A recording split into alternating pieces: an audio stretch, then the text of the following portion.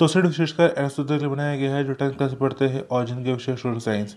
और आज वीडियो में चैप्टर 19 से आपके लिए मैं जो जरूर क्वेश्चन आंसर लेकर आऊँ।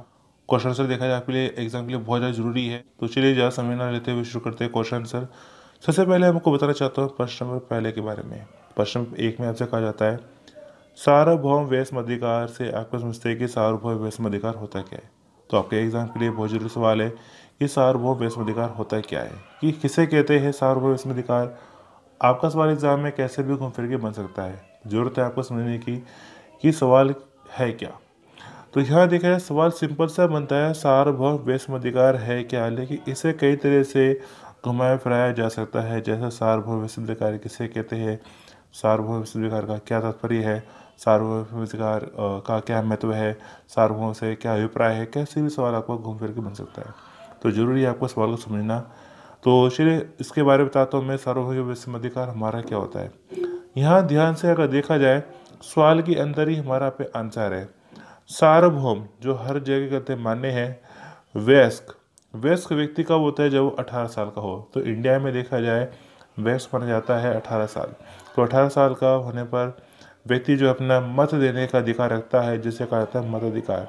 यानी कि भारत में जो व्यक्ति भारत का नागरिक है और अपना देखा 18 वर्ष की आयु पूरी कर चुका है, तो वो अपना जो है मता सूची में नाम अपना करवा कर अपना देखा है अपना वोट दे सकता है, जिसे कह सकते हैं सार्वभौम वैश्विक अधिकार। तो सार्वभौम वैश्विक अधिकार से अभिप्राय है एक ऐसे व्यक्ति जिसकी आयु 18 वर्ष पूरी हो चुकी है, मूल वंश जाति धर्म जन्म स्थान लिंग के भेदों के बिना मत देने तथा चुनाव प्रक्रिया में भाग लेने का अधिकार रखता है, जिसे कहा जाता है सार्वभौम वैश्विक अधिकार। तो चलिए आगे बढ़ते हैं। अब बात करते हैं प्रश्न नंबर 2 की। प्रश्न नंबर 2 में आपसे कहा जाता है भारत में न्यायपालिका की स्वतंत्रता की व्याख्या करें। कि भारत में जो न्यायपालिका है हमारे यहाँ पर जितने भी कोर्ट वगैरह होते हैं वो सब क्या होते हैं, स्वतंत्र होते हैं, कि किसी के दबाव में नहीं रहते। वो निष्पक्ष रहते हैं, स्वतंत्र रहते हैं। और यहाँ जो न्याय मिलता है सबको क्या मिलता है, एक बराबर बिना पक्षपात किए। तो ये हमारा क्या बनता है, न्यायपालिका की स्वतंत्रता। तो चलिए इसके बारे में थोड़ा सा और जान लेते हैं। हर समाज में व्यक्तियों के बीच, समूहों के बीच और व्यक्ति या समूह तथा सरकार के बीच विवाद उठते हैं। इन सभी विवादों को कानून के शासन के सिद्धांत के आधार पर एक स्वतंत्र संस्था द्वारा हल किया जाना चाहिए। कानून के शासन का भाव यह है कि धनी और गरीब, स्त्री और पुरुष तथा अगले और पिछड़े सभी लोगों पर एक समान कानून हो। न्यायपालिका की प्रमुख भूमिका यह है कि वह कानून के शासन की रक्षा और कानून की सर्वोच्चता को सुनिश्चित करे। न्यायपालिका व्यक्ति के अधिकारों की रक्षा करती है, विवादों को कानून के अनुसार हल करती है और सुनिश्चित करती है कि लोकतंत्र की जगह किसी एक व्यक्ति या समूह की तानाशाही न लेके। इसके लिए न्यायपालिका की किसी भी राजनीतिक दबाव से मुक्त किया गया है। तो यह हमारा बनता है न्यायपालिका स्वतंत्र है, कि भारत में देखा जाए न्याय सबके लिए बराबर है और कोई भी देखा है कानून से बढ़कर नहीं है, कोई भी न्याय से बढ़कर नहीं है। ये हमारा होता है न्यायपालिका की स्वतंत्रता। तो चलिए आगे बढ़ते हैं। अब बात करते हैं प्रश्न नंबर 3 की। प्रश्न नंबर 3 में ऐसा कहा जाता है राज्यपाल के पद के लिए क्या योग्यता होनी चाहिए। कि यहाँ देखा जाए कई बार क्या होता है कि हमारे पे जितने भी राज्य होते हैं हर राज्य में कोई ना कोई राज्यपाल होता है। कई बार कुछ राज्यों को मिलाकर भी एक राज्यपाल बनाया जाता है। तो जो राज्यपाल होता है इसके लिए क्या योग्यता होनी चाहिए, कि अगर कोई व्यक्ति राज्यपाल बनना चाहे तो उसके अंदर क्या योग्यता होनी चाहिए, क्या उसके लिए एलिजिबिलिटी होनी चाहिए। सबसे पहले वहाँ पर हमारा देखा जाए क्या बनता है कि जो व्यक्ति राज्यपाल बनना चाहता है वो भारत का नागरिक हो, वह 35 वर्ष की आयु पूरी कर चुका हो, वह अपनी नियुक्ति के पश्चात संसद तथा राज्य विधानमंडल का सदस्य नहीं रह सकता, वह अपनी नियुक्ति के पश्चात केंद्र अथवा राज्य सरकार के अधीन किसी अन्य लाभदायक पद पर नहीं रह सकता। तो ये हमारा देखा जाए कुछ बनती है राज्यपाल के अंदर क्या योग्यताएं सुनिश्चित की गई है, कि क्या योग्यताएं बनती है। इसके अलावा देखा और भी बहुत सी योग्यताएं बनती है, लेकिन ये योग्यताएं क्या बनती है, हमारे यहाँ पर कुछ खास योग्यता बनती है। तो चलिए आगे बढ़ते हैं। अब बात करते हैं प्रश्न 4 की। प्रश्न 4 से कहा जाता है राज्यपाल का कार्यकाल क्या होता है, कितना होता है, ये आपको बताना है कि राज्यपाल जो नियुक्त होता है तो कितने वर्ष के लिए होता है। तो यहाँ देखा जाए राज्यपाल का कार्यकाल जो 5 वर्ष निश्चित है, कि कम से कम 5 वर्ष तो रहते ही रहता है, परंतु इसे पद की सुरक्षा प्राप्त नहीं है। वह अपनी नियुक्ति तथा पदच्युति के लिए केंद्र सरकार की इच्छा पर निर्भर है। राष्ट्रपति उसे 5 वर्ष से अधिक भी पद पर रख सकता है और 5 वर्ष पूर्व होने से पहले भी जब चाहे बिना कारण बताए अवदस्त कर सकता है, हटा सकता है। इस प्रकार राज्यपाल राष्ट्रपति के प्रसाद पर्यंत ही अपने पद पर रह सकता है। तो नॉर्मली देखा जाए राज्यपाल का जो कार्यकाल होता है वो 5 वर्ष के लिए होता है, लेकिन ये 5 वर्ष भी फिक्स नहीं होते हैं, क्योंकि ये राष्ट्रपति की इच्छा पर निर्भर करता है कि वो चाहे तो इस कार्यकाल को बढ़ा भी सकता है और समय से पहले भी अपना उसको रद्द कर सकता है। तो चलिए आगे बढ़ते हैं। अब बात करते हैं प्रश्न 5 की। प्रश्न 5 में से कहा जाता है मुख्यमंत्री को कौन नियुक्त करता है। तो यहाँ देखा जाए मैं आपके लिए बहुत सारे क्वेश्चन लेकर आता हूँ, और लेकिन देखा जाए मैं सारे क्वेश्चन नहीं कराता हूँ। चैप्टर में देखा जाए बहुत सारे क्वेश्चन होते हैं, लेकिन मेरे जो टॉप मोस्ट इंपॉर्टेंट क्वेश्चन होते हैं मैं आपके लिए वही लेकर आता हूँ, क्योंकि मैं इस बात को अच्छे से समझता हूँ कि आपके पास इतना समय नहीं होता है कि आप सारे क्वेश्चन कर सके, पूरी पूरी किताब पढ़ सके। इसलिए मैं यहाँ पर देखा जाए बहुत ही कम क्वेश्चन लेकर आता हूँ, लेकिन जो भी क्वेश्चन लेकर आता है उनकी क्वालिटी क्या होती है, बहुत अच्छी होती है। अगर आप शुरू से लेकर अब तक के सारे चैप्टर का अच्छे से कर लेते हैं, समझ लेते हैं, तो अपने पास होने के चांस बहुत अच्छे बना लेते हैं, परसेंटेज बहुत अच्छे से बना लेते हैं। मैं ये नहीं कहूँगा कि आप 100 में 100 आ जाएंगे, लेकिन मैं इतना जरूर कहूँगा कि आपके जो काफ़ी अच्छे परसेंटेज वगैरह आ जाएगी। बस आपको करना है क्या है कि शुरू से लेकर अब तक के जितने भी चैप्टर मैंने आपके लिए डाले हैं, इनको आप जो है एक बार देखिए, 2 बार देखिए, 3 बार देखिए, बार देखिए, जितना हो सका है। जितनी बार देखेंगे उतनी ही बार आपको देखा जाए कुछ ना कुछ नया सीखने को मिलेगा। तो चलिए आगे बढ़ते हैं। तो यहाँ देखा जाए मैं जैसा कि आपको बताना चाहता था मुख्यमंत्री को कौन नियुक्त करता है। तो हर राज्य का अपना क्या होता है, मुख्यमंत्री होता है, सीएम होता है, चीफ मिनिस्टर होता है, और उसको नियुक्त कौन करता है। मुख्यमंत्री नियुक्ति राज्य में मुख्यमंत्री नियुक्ति राज्यपाल द्वारा की जाती है। तो यहाँ देखा जाए राज्य का जो यहाँ पे गवर्नर होता है, जो राज्यपाल होता है, वह मुख्यमंत्री को शपथ दिलाता है। राज्यपाल विधानसभा में बहुमत प्राप्त दल के नेता को यहाँ पे इस पद पर नियुक्त करता है, और अपनी इच्छा तथा विवेक से काम लेने का अवसर उसे कम ही मिलता है। जब विधानसभा में किसी भी दल को स्पष्ट बहुमत प्राप्त नहीं होता है या बहुमत दल अपना नेता चुनने में असफल हो, तो राज्यपाल स्वविवेक से काम लेकर मुख्यमंत्री नियुक्ति कर सकता है। सिंपल सा अगर यहाँ पे बताया जाए कि जब किसी पार्टी को अगर पूर्ण बहुमत नहीं मिलता है या फिर बहुमत मिल जाता है, लेकिन वापस में वो डिसाइड नहीं कर पाते कि हम किसे सीएम बनाना चाहते हैं, तब ऐसे में जो है राज्यपाल है वो अपने स्वविवेक से काम लेते हुए सजेशन दे सकता है कि किसे आप बना सकते हैं। इसके अलावा देखा जाए जैसे कि मैंने आपको बताया कि मुख्यमंत्री को शपथ कौन दिलाता है, राज्यपाल। तो जो राज्यपाल होता है वो अपना यहाँ पर सीएम को शपथ दिलाने का काम करता है। उसके बाद सीएम जो होते हैं अपने मंत्रिमंडल बनाते हैं, तो जो अपने नीचे जो अपने जो भी मंत्री बनाते हैं उनको शपथ दिलाने का काम भी राज्यपाल ही करता है। तो चलिए आगे बढ़ते हैं। अब बात करते हैं प्रश्न 6 की। प्रश्न 6 में यहाँ पे कहा जाता है राज्यपाल की कार्यपालिका शक्तियों को बताइए। तो यहाँ देखा जाए राज्यपाल है, राज्यपाल की बहुत सारी शक्तियाँ होती है, कार्यपालिका होती है और कई तरह की यहाँ पर शक्ति होती है। तो सबसे पहले मैं आपको बताना चाहूँगा कार्यपालिका शक्तियाँ क्या होती है। यह राज्यपाल है, तो राज्यपाल को कौन कौन से यहाँ पे कार्यपालिका शक्तियाँ मिली हुई है। तो सबसे पहले यहाँ पर देखा जाए राज्य कार्यपालिका शक्ति राज्यपाल में निहित होती है।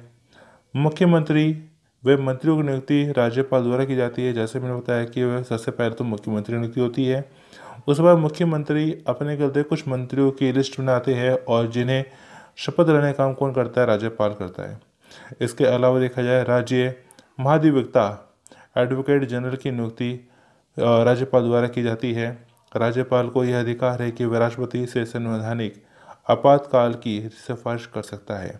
यानी कि जब अपना राज्यपाल देखता है कि इस राज्य में जो है विधि के अनुसार संविधान के हिसाब से जो शासन नहीं चल रहा है, तो ऐसे में वहाँ की सरकार को भंग कर दिया जाता है और सिफारिश की जाती है जो है राष्ट्रपति से वहाँ पर आपातकाल घोषणा की जाए, और ऐसे में वहाँ पर दोबारा इलेक्शन होते हैं। इस दौरान राष्ट्रपति के प्रतिनिधि के रूप में कार्यकारी शक्ति का प्रयोग करता है। तो ये हमारा जो अब बनता है राज्यपाल के कुछ यहाँ पे हमारा कार्यपालिका शक्तियाँ। तो चलिए आगे बढ़ते हैं। अब बात करते हैं प्रश्न 7 की। प्रश्न 7 में आपसे कहा जाता है राज्यपाल की वित्तीय शक्तियों को बताइए। तो राज्यपाल की कार्यपालिक शक्तियाँ, वित्तीय शक्तियाँ और भी कई तरह की शक्ति होती है। तो बारी बारी हम सारी शक्तियों के बारे में जान रहे समझ रहे हैं, लेकिन यहाँ पर देखा जाए मैं आपको एक और चीज़ बताना चाहूँगा कि जब आप क्वेश्चन आंसर करते हैं तो कोई भी सब्जेक्ट है ऑलमोस्ट आपको कोशिश करनी है, आपको कोशिश करनी है कि जो भी आप आंसर देते हैं वो आप पॉइंट्स में दीजिए, कि जितना आप पॉइंट्स में देंगे तो उतना ही देखा आपके नंबर आने के चांस बढ़ जाते हैं। कि अगर आप जो है इसको निबंध के जैसे कर देते हैं तो ऐसे में जो होता है क्या है कि टीचर को मौका मिल जाता है कि वहाँ पर आपके कुछ नंबर काट सके। लेकिन आप जो है अगर पॉइंट्स बना बनाए करते हैं, जितने भी अगर 4 नंबर सवाल है आपने 4 पॉइंट्स बना बनाए कर दिए अच्छे से, तो वहाँ पर देखा जाए आपको पूरे पूरे 4 नंबर मिलने के चांस रहते हैं। लेकिन जहाँ आप जो है अपना निबंध के जैसे अपना वैसे बना बनाए कर देते हैं, पूरे पेज भर देते हैं, तो पेज भरे में टीचर को मौका मिल सकता है कि वो नंबर काट सके। तो यहाँ ज़रूरी है कि आप जो है तरीके से लिखें। तो मैं आगे वाली वीडियो में आपको बताऊंगा भी यहाँ पर कि आप एक तरीका क्या बनता है आंसर लिखने का। तो फिलहाल देखा जाए मैं आपको यहाँ बताना चाहूँगा कि राज्यपाल की वित्तीय शक्तियाँ क्या बनती है। वित्तीय का मतलब क्या होता है, पैसे को लेके। वित्त का मतलब क्या होता है, पैसों को लेके क्या शक्तियाँ बनती है। धन विधेयक राज्यपाल की पूर्व अनुमति से ही राज्य विधानसभा में प्रस्तुत किया जाता है। राज्यपाल राज्य विधानसभा के समक्ष वार्षिक वित्तीय विवरण, जिसे बजट कहते हैं, उसे रखता है। राज्यपाल राज्य वित्त आयोग का गठन प्रत्येक 5 वर्ष पर करता है। यह आयोग स्थानीय स्वशासन की वित्तीय समीक्षा करता है।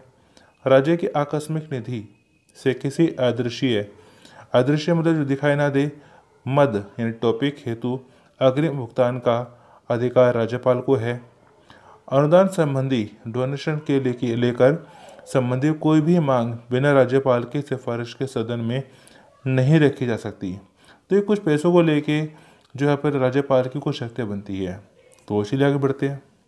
अब बात करते हैं प्रश्न 8 की। प्रश्न 8 में ऐसा कहा जाता है, राज्यपाल की न्यायिक शक्तियों को बताइए। कि यहाँ पर देखा राज्यपाल को कार्यपालिका वित्त पालिका से और हमारा देखा जाए न्याय पालिका से, मतलब यहाँ पे न्याय शक्ति उसे हमें गलती कुछ शक्ति मिली हुई है, न्यायिक शक्ति मिली हुई है राज्यपाल को।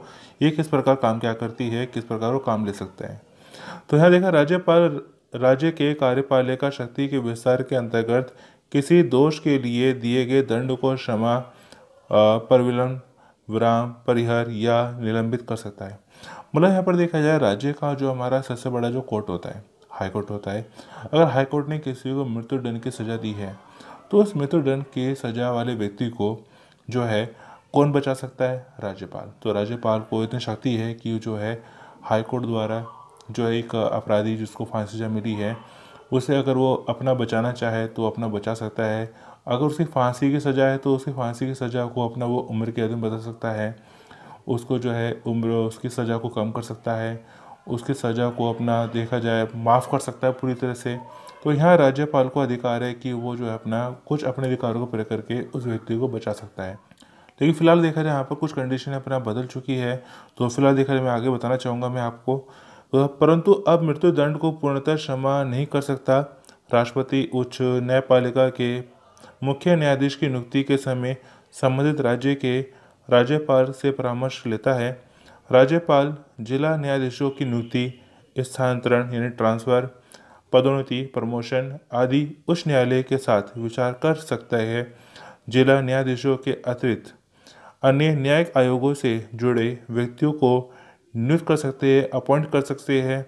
करते समय राज्यपाल राज्य के उच्च न्यायालय और राज्य लोक सेवा आयोग से विचार कर सकते हैं। तो ये हमारा बनता है राज्यपाल की कुछ न्याय शक्तियाँ। तो चलिए आगे बढ़ते हैं। अब बात करते हैं प्रश्नों की। प्रश्न में आपसे कहा जाता है मुख्यमंत्री के प्रमुख कार्यों को बताइए। तो यहाँ जो हमारे यहाँ पर राज्य को क्या होते हैं, सीएम होते हैं, चीफ मिनिस्टर होते हैं, मुख्यमंत्री होते हैं। इनके मेन कार्य क्या होते हैं, इनके प्रमुख कार्य क्या होते हैं आपको बताना है। तो सवाल के देखा जाए कैसे भी आपको घूम फिर के बन सकता है। तो यहाँ जरूरत है आपको सवाल को समझने की। तो जैसे कि यहाँ पर देखा जाए आपको बताना है मुख्यमंत्री के प्रमुख कार्य बताने हैं। मुख्यमंत्री राज्य का वास्तविक मुखिया होता है। उसी की सिफारिश पर मंत्रियों नीति राज्यपाल द्वारा की जाती है। मुख्यमंत्री मंत्रिमंडल की बैठकों की अध्यक्षता करता है। राज्य सरकार के कानून तथा नीतियों बनाने में मुख्यमंत्री भूमिका प्रमुख होती है। राज्यपाल और मंत्रिमंडल के बीच संचार का एकमात्र सेतु मुख्यमंत्री होता है।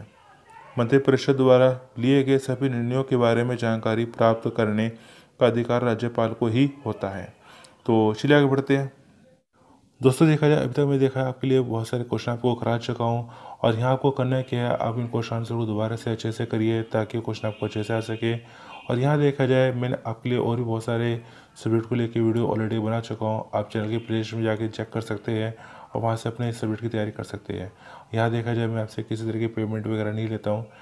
और आपके लिए सब कुछ क्या है यहाँ पे एजुकेशन को लेके अपना फ्री है यहाँ पर यूट्यूब चैनल पर।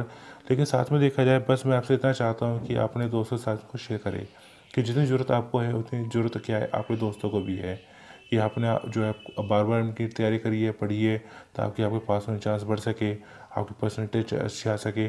साथ में अपने दोस्तों के साथ शेयर करेंगे तो भी उनकी भी क्या हो सकती है, हेल्प हो सकती है कि जितनी ज़रूरत आपको है उतनी ज़रूरत है आपके दोस्तों को भी ज़रूरत है इन वीडियो की। तो अपने दोस्तों के साथ शेयर करिए। तो चलिए दोस्तों।